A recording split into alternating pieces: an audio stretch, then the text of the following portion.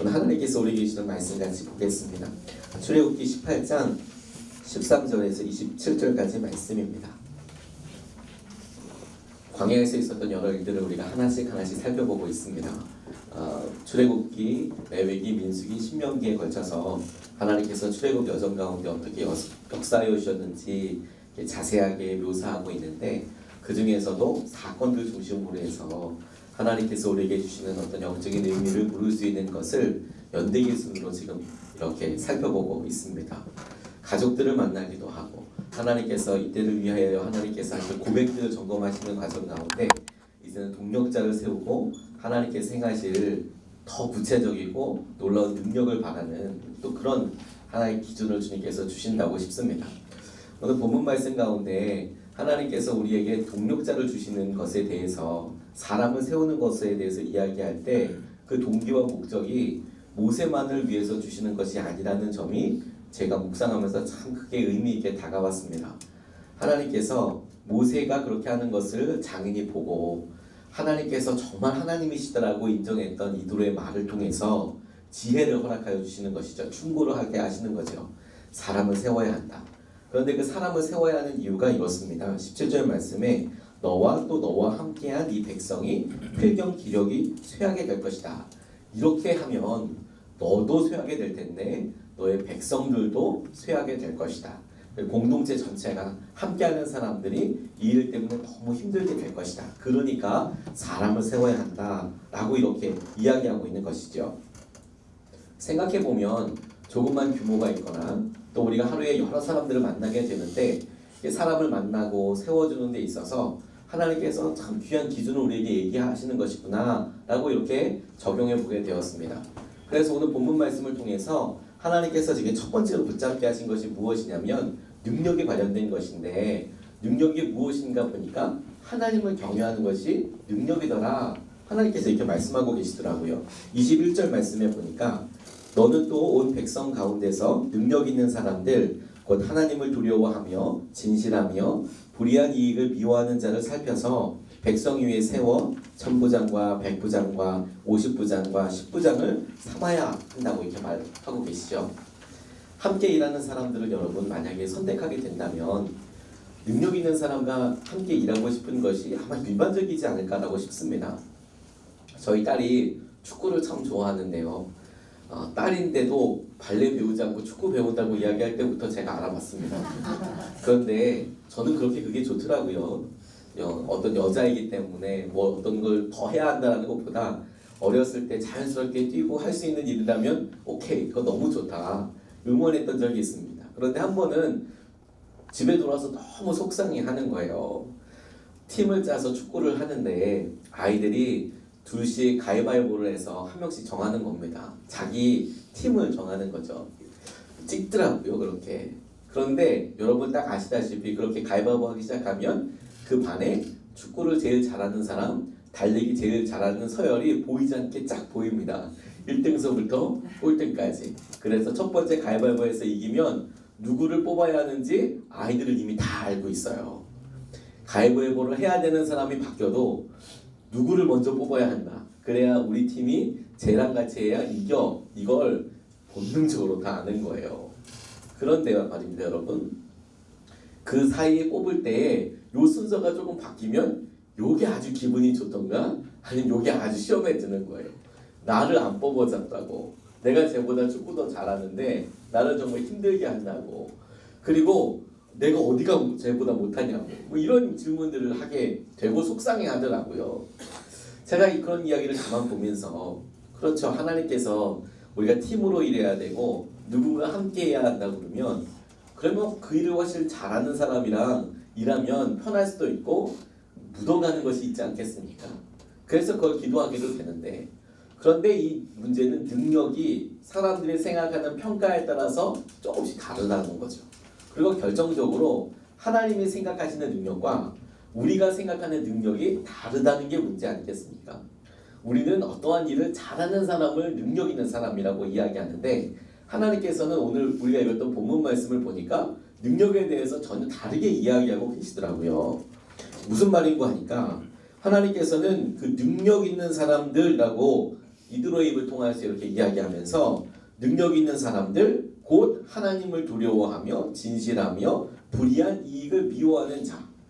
그러니까 어떤 일을 특정하게 잘하게 되는 것을 우리는 능력이라고 이야기하는데 하나님께서 능력 있는 자라고 꼽으면서 곧 설명하신 것이 무엇이냐면 하나님을 경외하는 것, 진실한 것, 불의한 이익을 미워하는 것. 이것은 특정한 어떤 일을 잘하게 되는 것에 관련된 것이 아니라 그 사람의 성품, 그 사람이 어떤 태도로 살아가는지에 대해서 이야기하고 있는 것 아닙니까? 근데 하나님께서는 본문에서 그걸 하나님 능력이라고 이야기했다는 거죠. 우리가 사람을 세울 때에도 혹은 우리 자신이 누군가를 위해서 세움을 받을 때에도 하나님의 기준이 하나님을 경외하는 것과 관련된 것에 대해서 우리가 마음을 두어야 한다는 도전으로 받게 되었습니다. 그런데 하나님을 경외하는 사람과 진실하며 불의를 미워하는 사람, 불의한 이익을 싫어하는 사람 생각해 보면 정직하고 불의한 이익을 미워하더라도 하나님을 경외하지 않는 사람이 있을 수 있겠더라고요. 하지만 하나님을 경외하는 사람이 불의하거나 불의한 이익을 또 원하거나 진실하지 않거나 이런 경우는 없겠다라는 생각이 묵상하는 가운데 계속 제 안에 그렇겠구나. 그게 하나님께서 원하시는 것이구나. 하나님께서는 우리의 능력을 평가하실 때 내게 하나님을 경외하는 마음이, 하나님을 두려워하는 마음이 어느 만큼이냐, 무엇이냐라고 하나님께서 우리를 점검하시고 이야기하신다는 것이죠. 성경의 대표적인 사람이 요셉입니다. 하나님 앞에 하나님께 너는 어떤 사람이냐, 너 스스로는 어떻게 생각하고 있느냐라고 묻는 것이죠. 하나님을 경외한다는 것은 혼자 있을 때 네가 하나님을 생각하느냐, 하나님의 법을 네가 지키는 사람이냐, 이게 하나님을 경외한다는 것입니다. 물론 이런 말씀 드리면 다시 세상의 능력의 기준으로 생각하시는 분들이 있어요. 하나님을 경외하면 세상에서도 성공하고 하나님께 생각하시는 일들을 더 이렇게 누리게 되고 우리가 이렇게 틀을 가지고 생각을 하더라고요. 근데 여러분 한 번만 다시 한번 질문해 보십시오. 십자가는 세상에서 성공하는 능력입니까? 그렇지 않습니다. 십자가는 하나님의 능력이 맞습니다. 하지만 십자가의 능력은 사람의 죄를 깨닫게 하는 능력, 우리 자신의 죄를 깨닫게 하는 능력이고 그 죄를 능히 이기게 하시는 능력인 것이죠. 마찬가지로 하나님을 경외하는 것도 하나님께서 말씀하실 때 이게 능력이다라고 이야기하실 때 우리가 어떤 일을 엄청 잘하게 되는 그런 능력을 말씀하시는 것이 아니라 하나님께서 이 땅에서 당신의 계획을 이루실 때에 하나님께서 이 땅에서 당신의 사람을 사용하실 때에 능력으로 사용하시는 그런 굉장히 중요한 특징이라는 것이죠. 그래서 우리가 하나님을 경외하는 사람이 되겠다, 하나님을 경외하는 사람이 우리에게 필요하다라고 이야기할 때에는 하나님의 영광을 위해서 살아가는 것이 우리의 삶의 주 목적이 되는 것이죠. 제가 한 번은 북콘서트에 가본 적이 있습니다. 친한 목사님께서 책을 한 권 쓰셔서 어떤 책을 썼는지 놀려줄 겸 갔었습니다. 그런데 의미 있는 게 참 많고 은혜도 참 많이 받았습니다. 그런데 그 목사님과 교제하는 가수 한 명이 와서 이렇게 노래를 축하곡을 이렇게 하는 거였습니다. 근데 이분이 청년이었는데 자기소개하는데 너무 기가 막히게 되게 좋았어요. 노래를 하고 뭐 CCM도 하고 또 CCM 하면서 다른 가수 역할도 좀 하고 이렇게 하는데 본인의 진짜 직업이 있는 거예요. 진짜 직업이 뭐냐면 홀떡 장사입니다. 가게를 조그마한 걸 하나 얻어서 창업하기 힘든 때인데도 이분이 취직해 보려고 노력하고 뭐 사람들 만나보고 그런데 시간 쓰는 것도 그렇고 들어가 봤더니 자기가 어떻게 하나님께서 우리에게 명령하셨다고 생각하는 것들을 순종하려고 할 때 너무 힘든 거죠. 어떻게 할까 고민하다가 형제가 둘이서 의기투합해서 호떡집을 연 거예요. 그런데 이게 아주 잘생긴 청년이었거든요. 아주 스위트하게 생겼습니다. 그래서 호떡집을 둘이 하니까 여기 대박이 나는 거죠.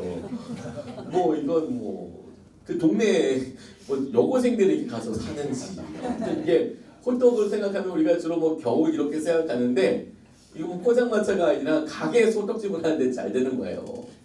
그래서 노래를 하는데도 이 호떡의 그 아주 그 단 기름 냄새라고 그래야 되나 이런 게 이렇게 은은하게 나는. 그런데 자기 자신에 대해서 자신 있게 이야기하고 하나님께서 자기에게 주신 하나님을 사랑하고 경외하는 방법에 대해서 이야기하는 것을 보고 제가 너무 신선하고 너무 좋더라고요. 하나님을 경외하는 모습으로 산다는 것은 세상과 다른 방법으로 바라보고 기준을 가지고 살아가는 것이구나. 그리고 자기 자신에 대해서 평가할 때에도 전혀 다른 평가를 하고 있더라고요. 내가 다른 사람들이 보기에 어떠한 기준을 가지고 있느냐도 중요하지만 하나님께서 내게 주신 것들을 보고 얼마든지 당당하게 살 수 있다는 것을 깨닫게 해주셨습니다. 물론 하나님을 경외하는 사람이 다 세상에서 능력 없는 자로 산다는 것은 아닙니다. 가만 보니까 그거는 은사인 것 같아요. 일을 잘하는 사람들이 세상에서 말하는 어떤 수리에 밝고 재리에 밝고 뭐 어떤 특정한 일을 정말 잘하는 은사들이 있더라고요. 따라갈 수 없는 은사들이 있더라고요. 하지만 은사는 없다고 해서 죄는 아니지 않습니까? 그 일을 개발하고 열심히 하는 것은 우리가 또 하나님께서 주신 성실함으로 해야 하지만, 그러나 그 일과 상관없이 하나님께서 우리를 이 땅에 심으시고 하나님께서 이 땅 가운데 당신의 일을 영광을 드러내시기 위하여 우리에게 하나님을 경외하는 것에 대해서 말씀하시는 거구나. 이게 사람을 세우고 할 때 제일 중요한 것이겠구나. 우리가 사람을 고를 때에도, 우리가 어떤 사람에게 세움을 받을 때에도 하나님을 경외하는 마음으로 서야겠다. 이것에 대해서 하나님께서 도전하셨습니다. 두 번째로 하나님께서 보게 묵상하시면서 제게 도전하신 것이 무엇이냐면, 원칙을 먼저 정하고 사람을 만나는 것, 사람을 세우는 것, 이게 너무 중요하구나. 하나님께서 이렇게 깨닫게 해주셨습니다. 24절 25절 말씀 보면, 이에 모세가 자기 장인의 말을 듣고 그 모든 말대로 하여 모세가 이스라엘 무리 중에서 능력 있는 사람들을 택하여 그들을 백성의 우두머리 곧 천부장과 백부장과 50부장과 10부장을 삼음해. 그러면서 재판을 한 이야기들이 나와 있습니다. 모세가 이드로의 말을 통해서 하나님의 말씀이구나, 하나님께서 주신 지혜구나 라고 깨닫고 난 다음에 그 말한 것대로 사람들을 세웠다라는 것이 이번에 제가 말씀을 묵상하면서 주목하게 된 부분이에요. 내가 힘드니까 사람을 세워라. 나의 필요에 따라서 필요한 사람이 누구지? 라고 그 사람들을 정하고, 그리고 그런 사람들을 세우는 것이 아니라 재판을 하는 데 있어서 하나님을 경외하는 사람들을 세우고, 그 사람들에 있어서 어떤 기준들을 세우고 사람들을 세우기 시작했다는 거죠. 원칙을 먼저 정하고, 내가 사람을 만나고 세울 때 어떻게 하겠다. 그리고 그대로 사람들을 순종해 나가는 것이 굉장히 중요한 지혜구나라고 깨닫게 되었습니다. 이 말씀을 사실 이렇게 준비하면서 저 스스로가 이 말씀이 제게 어떻게 부딪히는지 계속 물어보게 됐어요. 왜냐하면 저는 지금 누굴 뽑아야 될 형편이 아니지 않습니까? 저 혼자서도 지금 교회가 어떻게 가야 될지에 대해서 기도하고, 또 사무실에 여러 형편과 여건이 있는데 그런 것들을 다 고려하다 보니까 이게 어떻게 돼야 되나 조심스럽게 생각하게 되죠. 이게 어떻게 이거 하나님께 세우고 가야 되는 데에서, 그래서 우리가 속장님을 세우고 교회를 이끌어 가시는 분들을 세우고 이렇게 적용해야 하는 걸까라고 묻다가 하나님께서 사람을 세우는 것이 굉장히 중요한 사람과의 만남과 관련돼 있다는 것을 다시 질문하게 해주셨어요. 다시 말해서 원칙을 정한다는 것이 무엇이냐면, 먼저 기도하고 이 사역과 이 만남을 위해서 하나님께서 원하시는 부분을 알도록 힘쓰는 거겠더라고요. 원칙을 정한다는 게 뭐냐면, 이 만남을 통하여서 하나님이 원하시는 일은 뭘까? 라고 미리 스스로 생각하고 기도하는 것에 굉장히 중요한 도전이 되겠구나. 또 하나, 하나님께서 역사하실 수 있는 부분을 남겨두는 거, 만남에 있어서. 그게 원칙대로 사람을 세운다라는 것을 현실적으로 증명할 수 있겠구나, 적용할 수 있겠구나. 이렇게 말씀을 풀어서 제게 한번 적용해 봤습니다. 실제로 여러분, 집에서 가사 일을 주로 하시는 분들도 계시지 않습니까? 그리고 웬만한 직장이 크지 않으면 자기가 직접 사람들을 뽑을 수 있는 경우도 그렇게 많지 않습니다. 웬만하면 인사과가 따로 있거나 아주 크거나 아니면 본인이 직접 뽑아야 되는 경우도 이렇게 자주 있는 일이 아니지 않습니까? 하나님께서 부흥을 주시거나 사람이 갑자기 교체되거나 이럴 때 가능하지, 이게 날마다 적용하면서 가기는 쉽지 않죠. 그런데도 하나님께서 원칙을 정하고 미리 정하고 하나님께서 행하신 일들을 보고 하나님이 역사하실 것들을 생각하고 사람을 만나라, 그게 사람 세우는 일이다 라고 적용해 보니까 하나님이 오늘 굉장히 놀라운 일들을 하실 수 있겠구나 라는 생각을 하게 되었습니다. 저는 퍼떡 대천덕 신부님이 생각이 났습니다. 성공의 신부님으로 우리나라에 오셔서 평생을 우리나라의 어렵고 힘든 사람, 그런 사람들을 위해서 기도하셨을 뿐만 아니라 우리나라 예수원을 창립하셔서 그곳에서 많은 사람들에게 어떤 영적인 샘물과도 같은 그런 운동을 하셨던 분이거든요. 그런데 이분이 사람들을 만날 때 굉장히 독특하게 만나셨다는 거예요. 그분 주위에서 대천덕 신부님을 존경해서 어떻게 사시는지 어떤지 이렇게 배우러 간 사람들이 보니까 이분이 아침에 자신의 계획들을 쭉 이렇게 쓰는 것이죠. 우리가 미리 쓰는 영성일기처럼 이렇게 적으면서 하는데 특별한 만남이 없는데도 누구를 만날 것이다라고 적어두신다는 거죠. 그리고 시간을 과감하게 비워버리시는 거예요. 그리고 이거는 뭐 하는 겁니까? 물어보니까 누군가를 만나게 될 거라고. 누구냐고 여기 만나는 사람. 그냥 하나님께서 누군가를 만나게 해주실 것이라고 이렇게 적용을 하더라는 거죠. 그런데 태백 하사미리에 있거든요. 태백시에서도 한참을 버스 타고 들어가고 내려서도 또 한참을 걸어 올라가야 될 곳에 있는데 그 산골짜기에 무슨 뭐 다람쥐도 아니고 누가 거기 찾아오겠습니까? 그 쉽지 않을 텐데도 옆에서 가만히 보니까 하나님이 그 시간에 사람들을 정말 만나게 하시더라는 거죠. 그리고 꼭 만나야 될 거구나. 이 사람을 이래서 하나님 내게 만나게 하셨구나 라는 것을 자기를 찾아오는 사람들 뿐만 아니라 대천덕 신부님도 그렇게 믿고 여기고 적용하고 나가더라고. 너무너무 놀랍게 되었더라고. 오늘 여러분 사람을 세운다라는 생각으로 사람을 만나면 되겠구나. 하나님의 기준과 원칙대로 내가 사람을 만나고 오늘 내가 만나는 사람을 내가 붙잡혀 가듯이 쫓겨가듯이 막 그렇게 끌려가는 것이 아니라 잠깐 1분이어도 30초여도 하나님께서 만날 것도 놓고 내가 기준을 먼저 세울 수 있겠구나. 그게 너무 중요하겠다는 생각을 하게 됐어요. 그러고 보니까 예수님도 그렇게 하셨더라고요. 예수님께서 제자들을 사도들을 세우실 때에 밤새도록 기도하셨습니다. 그리고 당신께서 그 무리들 가운데 당신을 따르겠다고 나선 제자들 가운데에도 12명을 사도로 세우셨어요. 그들에게 가장 가까이 있는 그런 영광을 주셨던 것이죠. 주님께 동력할 사람을 구하되 주님의 방법과 기준을 먼저 구하야겠구나. 그리고 주님이 허락하시고 생각나게 하시는 기준대로 내가 오늘도 순종해 보려고 노력하는 것이구나. 그 사람을 통해서 하나님께서 주시는 그런 것을 놓치지 않기 위해서 깨어있는 것이구나. 그게 사람을 세우고 하나님께서 원칙대로 하나님 먼저 기도하게 하시고 우리의 삶을 인도하실 때에 주님께서 주시는 능력과 은혜를 경험하게 되는 하루가 될 수 있는 것이구나. 이렇게 말씀을 붙잡고 함께 이 시간에 기도하고 싶습니다.